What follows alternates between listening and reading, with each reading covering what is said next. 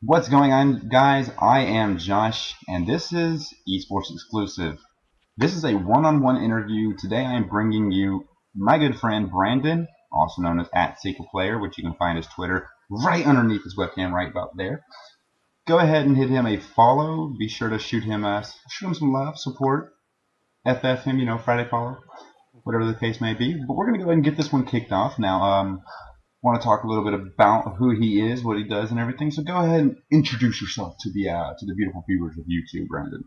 Sounds good. My name is Brian. I'm the co-owner of Irate Designs, and I'm basically a web developer, not a graphics designer, but I do marketing and sales and some other business stuff at the company. Awesome. Now we're gonna go ahead and get kicked off into the interviews. I'm gonna start off with a Twitter community question. Let's switch it up here, all right? Okay. Before I do that, though, I want to explain what a one-on-one interview is first for you guys, real quick, because some of you guys may not be too sure about it yet. The one-on-one esports exclusive interviews are basically just one-on-one, obviously, interviews with an individual that I decide to bring onto the show. Obviously, today I have Mr. Brandon. So what this entails is 10 total questions, 5 from myself and 5 from the Twitter community. That makes 10, right? Mm-hmm. I'm adding up here. Okay, good. Awesome. So 1 plus 1 is 2. Now what we're going to do is basically I'll ask the community, anybody, any general question that you might have for him. It doesn't have to pertain to what he does, who he is, or anything. It can pertain to something completely irrelevant to gaming as well. If I see fit to actually bring it onto the show, that is. If it's too vulgar or too much, I might not want to bring that in the show. But besides that, let's go ahead and get this one kicked off with the first community question. It will be right here. It's from @SydneyGirlGamer. The question is, how did you get into gaming? I got into gaming around 14 or 15, I believe, in the PC area, kind of playing games like SWAT 4 and stuff like that. Okay. And I got really into it when I was 18. I got my first gaming computer, which was a Gateway, and I got an ATI 256 megabyte, which back then was awesome, top of line graphics. Definitely. And I started playing Battlefield 2, City of Heroes, just tons of games. And gaming was fun. Every day I couldn't wait to go get on the computer and play. And I played 16 hours a day at least.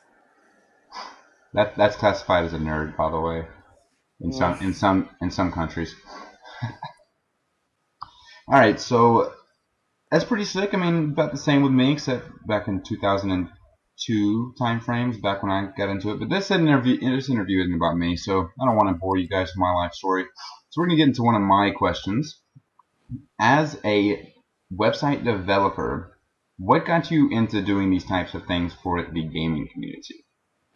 Right. The biggest thing is the community. That's what makes everything happen.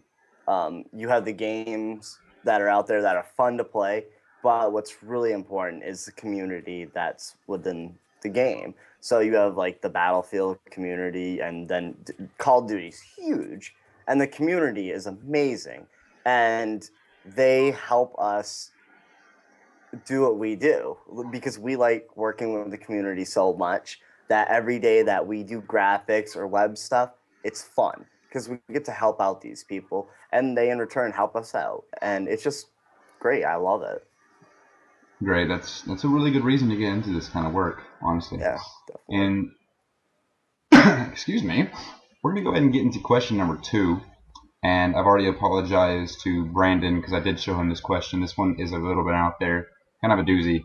So the third question, but the second question from the community is, what do you think gamers are going to do now that the YouTube Content ID claims are in effect? Do you think gamers will start only doing vlogs, or do you think they will kind of have YouTube go back to its origin? Right.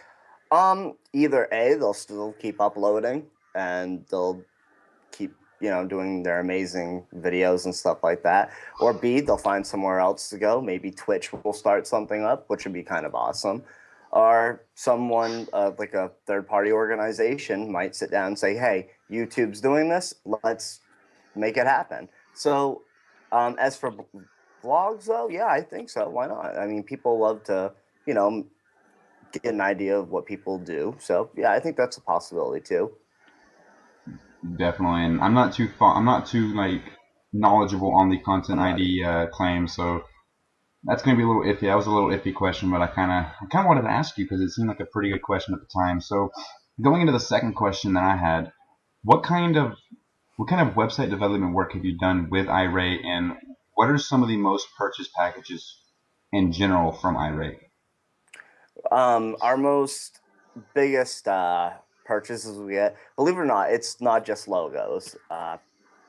They start off by ordering a logo, and then what we do is I love to save people tons of money, so I start packaging things together for people, and we do Twitter, we do the logo, sometimes we do the jersey, and that's popular too. Jersey designs, people love jersey designs. Yeah, So what I do is I package it together, and then I take off huge discounts on everything. So we sell a lot of I call it a custom package because that's what I do. I personally speak to every client we get, and I say, "What do you need?" They tell me what I need, and then I try my best to save them as much money as I can on their graphics. that's nice of you. Yep. And And sorry, go ahead. as for the companies that me and Matt have worked for, I've worked for personally, I've worked with teams such as Obey, Envious, not Optic, Quantic Gaming, and we've worked with some smaller semi-pro teams. We've worked also with organizations like Revolution Factor that does tournaments and ladders, and then we've worked with XGN. Very nice. Is pretty big, so I mean Oh yeah. that's a really good job. So going on to the third community question is what are your thoughts on competitive play for Ghost compared to Black Ops 2? Right. Black Ops 2 is definitely more towards esports. Ghost, I don't know yet. I personally I play it here and there.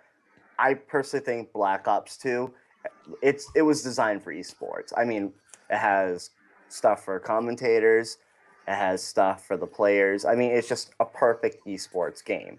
Ghost is it's missing a lot of that stuff, and they changed it up. It's not the 3-lane system anymore. Yeah, So it gives opportunity for new pros to come out. It really does. It it gives does. opportunity for semi-pro teams to have a chance now. So, I mean, Yeah, it's a 50-50 thing right now. It really is. definitely, and we'll see more about that at UMG Philly when it comes out. And I'm gonna go ahead and ask another community question since you decided to answer the organizations one. What inspired you to start doing web development for graphics companies?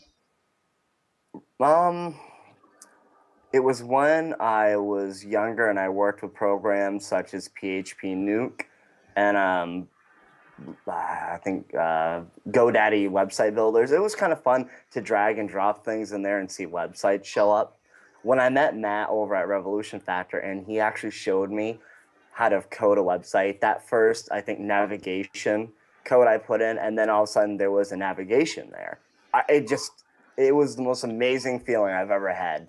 And I've been doing it ever since. I mean, anyone that can code or wants to learn how to code, learn it. It's not scary. Anybody can do it. Anybody. It's just an amazing thing. And I know you do a little bit yourself. Yeah, So, I I mean, do. It's very small bits, mhm, yeah, but it's amazing. that's where it gets started though. Starting off small, gotta learn the ropes and everything. So going on to my next question, what are some of your personal favorite work done by either yourself or another artist in iRate Designs? Yeah, there's some packages we've done with Amplified that came out pretty good. It was like a diamond kind of vector logo. We turned it into a package with the jersey and Twitter background, and it came out really good. And pretty much a lot of people on the team worked on that package, so it just wasn't one artist. Also, the graphics Matt did for your stuff is amazing. I love it. When I I do first too. saw it, I was like, I like it. And Matt did some work the other day, so with some 3D stuff. So everyone on the team does an amazing job, and every day they make something new, and I love seeing what they come up with. Definitely, and I've seen a lot of the work as well, primarily from the website itself, but they do an amazing job with graphics, and that's one reason why I enjoy being able to actually utilize you guys and be able to help you guys out as much as I can personally, as well as much as eSports Exclusive can, as you guys have helped eSports Exclusive out so much. So going on to the next community question, I want to ask, who is your biggest inspiration when it comes to gaming? Yeah, it's going to be the gaming community. Definitely. The community, like I said earlier, is amazing. It's why we do what we do, and they are my inspiration. Every day when a new third-party organization comes out and says we want to help people, that's just awesome. There's companies out there that help get teams into the pro area or semi-pro area. They help manage them. They give them a place to start. There's organizations that help people become better casters and give them a chance to go maybe to UMG or to MLG. I mean, it's the community. It is. That's what my inspiration is, to keep doing this every day. Amazing. That's a good reason to keep pushing on, especially being as the community is giving so much. Why not give back, I guess. So, my final question before I let you talk a little bit about some of the stuff that you wanted to talk about in this the end of the show. My final question is, how can someone get a hold of you in regards to receiving a package or receiving any type of website development work? And are there any discount promo codes or something to help viewers and interested customers out with pricing? Okay. Well, what we're going to be doing later on in January 2014 is we're going to start adding some promotion codes into our new store system we're going to be building. But basically, to get a hold of us, you can go to our website, and there you can either fill out the contact form, or we have a live support chat pretty much 24/7. Someone's there. We also have a 1-800 number. All you have to do is click a little button and a phone system pops up, and you don't even need to dial on your normal phone. You can if you want. It's available. We do stuff that other companies don't do. We bring in chat systems, phone support, and we're going to have ticket support very soon. There's tons of stuff that we want to do so we can interact with our future clients and clients that we have now all the time. We want to be able to help people. We use Skype, and we're always making sure the customer is happy. Awesome. That's one good thing, making sure the customer's happy. That's kind of a big deal nowadays. Oh, yeah. And are there any current ways for people to get any type of percentage off or something? Right. Right now, we're kind of working with you exclusively with this. And basically, anyone that comes to us and says, hey, Josh sent me over, then we give them a 10% discount. Also, if you're going to go to UMG Philly, Josh will be there, and we've sent him 1,000 business cards to pass out to you all. And on that card is going to have the information for the 10% discount on any package we offer. Awesome. And I really don't want to be carrying around 1,000 business cards around. So if you guys see me on Philly, definitely hit me up for one of those business cards. Very useful. And it's going to help me not weigh as much when I go into Philly. I'll go in there weighing 180 pounds, come out weighing 160 due to the fact that I got 1,000 business cards in my pocket. Yep. But also, awesome, I should say. Also, actually, now, also, you said you wanted to throw in some more details from R8 Designs, specifically, just talk a little bit about it, kind of a Q&A type of deal, from you to them, the viewers. Right. A big question we get is why our prices are high, I guess. Let's start off with, there's a lot of great graphics artists out there, and they do amazing work for pretty good prices. The reason we're at the pricing we're at right now is, first off, we do very good vector work. So nothing's photoshopped. Well, the only thing that's going to be photoshopped is, your Twitter graphics and stuff like that, which is normal in stream overlays. But as for your logo and your jerseys, it's all vector, so you can resize that, and there's going to be no pixel damage. Our work is, right now, we're in the middle area, so we're not going to charge $229 or something like that for, or I think 129 for a logo. So I mean, we're still in the middle area, but if we charge too less, kind of the thing, you pay for what you get, if that makes sense. I mean, that it does apply to the gaming world and to graphics and web. So we're trying to stay in the middle, and we're trying to work with people's budgets. So I mean, that's why our graphics are as high as they are, because you are getting great quality work from us. And yeah, so you're paying for what you get. It's worth it. Definitely, and if you can see just by the overlay that we're using here at eSports Exclusive and all the graphics that we have over at eSports Exclusive, obviously it is worth every penny. I think it's worth more, but I'm not going to say anything. Thank Anyway, you. so I'm going to go ahead and talk a little bit about the ending of this one-on-one interview. Basically, just give the outro right here. So remember, guys, I am Josh Cass. That's Brandon over there. You know that guy in that box right there. His Twitter is right underneath his little box right there.